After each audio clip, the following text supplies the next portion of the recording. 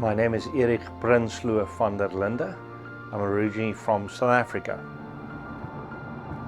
I'm a rural generalist, or better known as a family physician, but in these rural small towns, our family practice is only one of the components. We provide comprehensive cradle-to-grave care in a hospital environment where we have to work in an emergency room and inpatient care, obstetrical deliveries.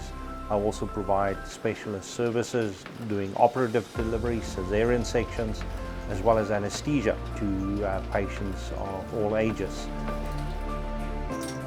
I've been in Canada close to 16 years, came in November 2009, and various different factors drove me and my family to this part of the world. I would say at that stage we had our first boy. He was 3 years old, and that always makes you look at life differently. We were looking for opportunities where we could safely raise our family. South Africa at that stage was an area of increased violence and unsafety, and as a physician that was on call at night, my wife was not comfortable staying at home, and that made me stop for a moment and think about, how should that next chapter of my life look.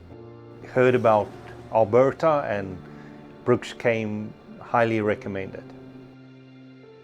Like most immigrants, probably the biggest challenge that I had to face coming from South Africa is the weather. I remember the first month I ended up 3 times in the ditch, was not used to the driving conditions, the lack of sunlight, getting adjusted to plugging in a vehicle.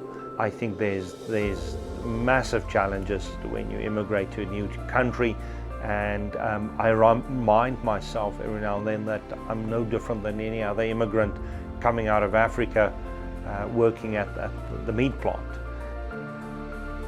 I think we've transitioned very well into the southern Alberta redneck lifestyle of ice fishing, hunting, living outdoors. That being said, Brooks is a small city that acts like a big city.